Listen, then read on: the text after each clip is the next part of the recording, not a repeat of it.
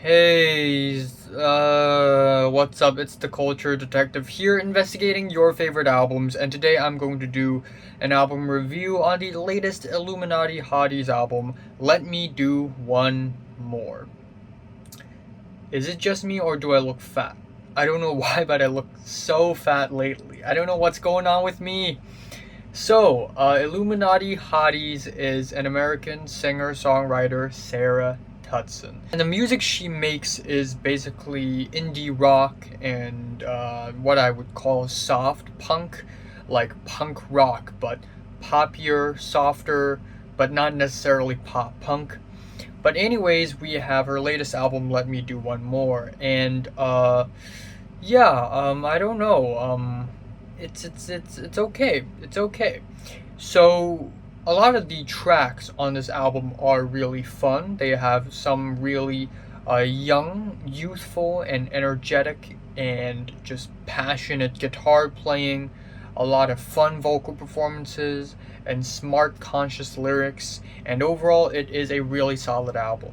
But I think that there are also a helpful of tracks on this album that I just find kind of dull and kind of redundant. So, of course, let's start off with the tracks that I love.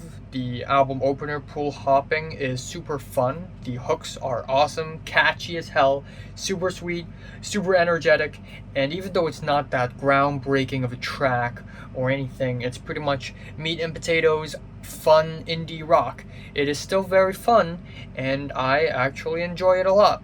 The second track, Mmmoooayaya.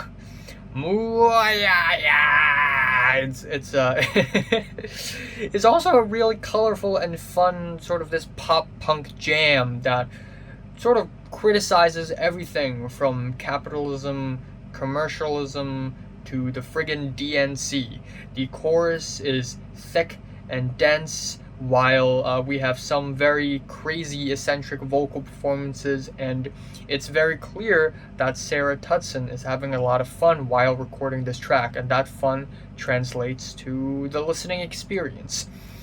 And of course, the track Joni, LA's number one health goth, is easily the fastest, loudest, noisiest, and the wildest track on the entire album. We have a rock hard, angsty instrumental, and the track is essentially about this Joni character who is this rebel, this punk girl, and I wouldn't say the lyrics are that deep or anything. It doesn't go anywhere beyond that, but it's a very catchy and fun song. Funny, it's a very funny song as well.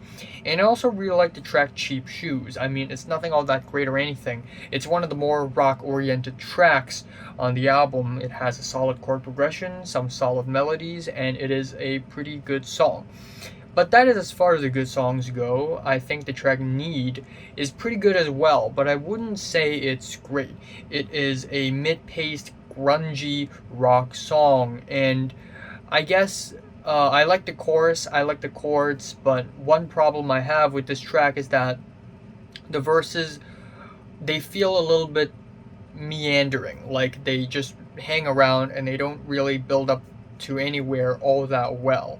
The track Threatening Each Other Re-Capitalism is a slow burn rock ballad with very conscious lyrics about commercialism and capitalism, and I don't know how I feel about it really. It's instrumentally, melodically, it just doesn't really sit well with me. Lyrically, I get what it's trying to say, but yeah, I guess the song is just not as powerful or as serious as it tries to be. The track UVVP has a really nice soaring guitar passage in the chorus, but overall this beach rock vibe that she's going for on this track, the campy lyrics, they just don't match well with the rest of the album. Tonally, it's a bit of a jarring moment.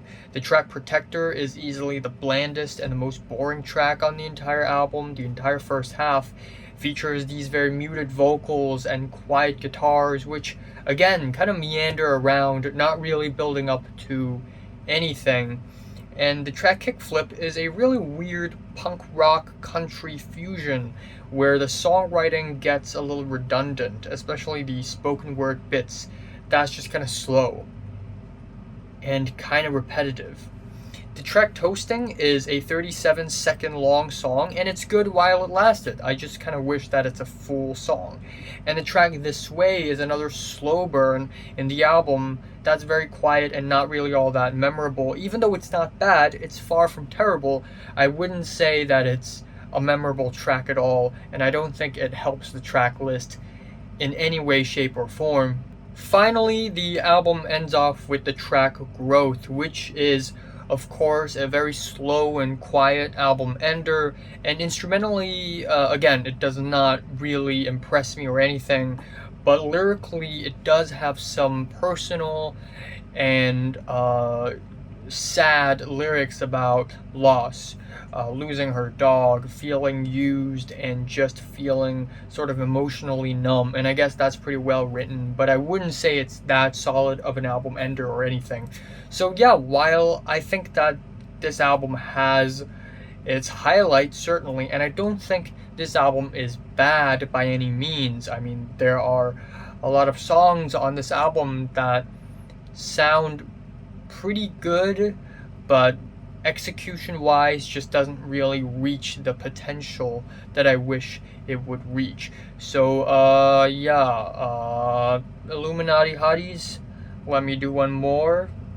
Favorite track here is the second track, which I believe is pronounced Moo, and my least favorite is Protector. I'm giving Illuminati hotties, let me do one more, a strong 6 to a light 7 out of 10. Quick review, quick score, I'm gonna rest. So, have you listened to the latest Illuminati hotties album? From 1 to 10, how much you rate it? Like if you like it, and subscribe if you want more, and thanks for watching.